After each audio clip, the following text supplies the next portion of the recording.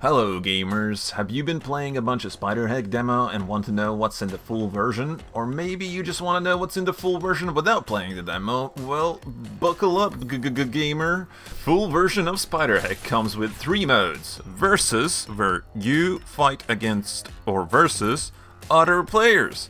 Survival, where you and maybe other players, or maybe you alone, try to survive against the AI, and Here's a Heck, where you alone go in with 1 life and fight these weird little challenges I've set up for you.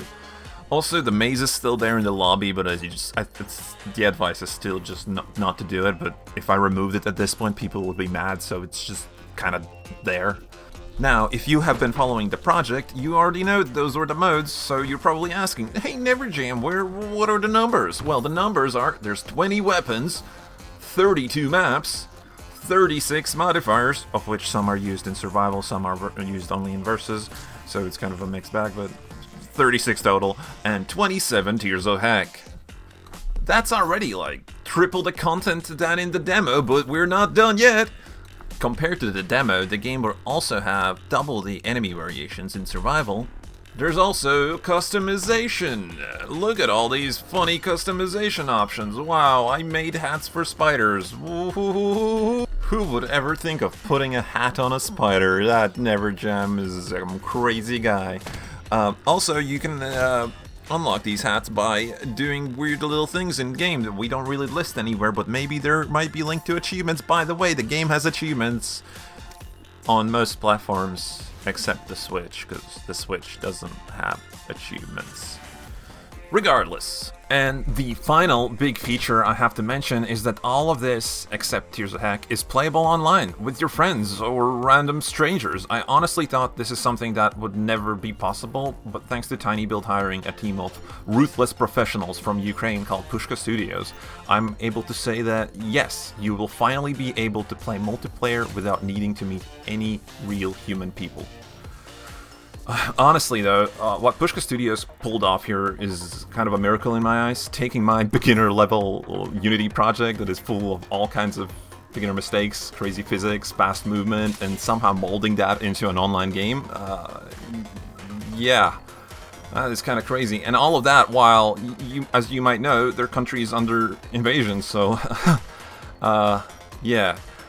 I can't say enough good things about what these guys pulled off here. Now, the online multiplayer itself is peer-to-peer, and the game is very physics-based.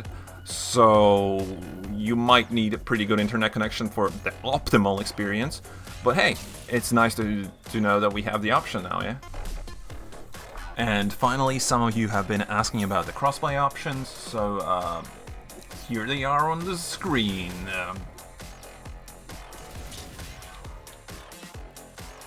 Future stuff. Now, I am a game developer, and by definition, you shouldn't really trust me when I talk about future stuff, but I'm going to attempt it. So, first off, there are a couple of things that were meant to make it into the full release, but are going to be moved to Content Update 1, which, first of which is keybinds, and the second of which is Twitch integration. The reason these are slightly delayed is because I'm a newbie developer, and I didn't realize how timelines work, so by the time I completed them and gave these changes to the porting team, they were like, "Oh, we can't just add these things last moment. We need some time." So, yeah, Content Update 1 for those two. As for some other stuff, I can only give hints because I want to have some news to share with you guys later. There might be something regarding difficulty options for survival.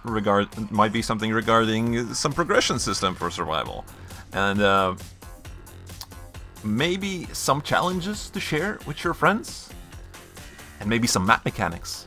Ooh, a whole bunch of stuff. Hopefully at least some of that makes it. We'll see. I mean, follow the news, right? Oh, and one more thing I should mention regarding one of the consoles, specifically Switch.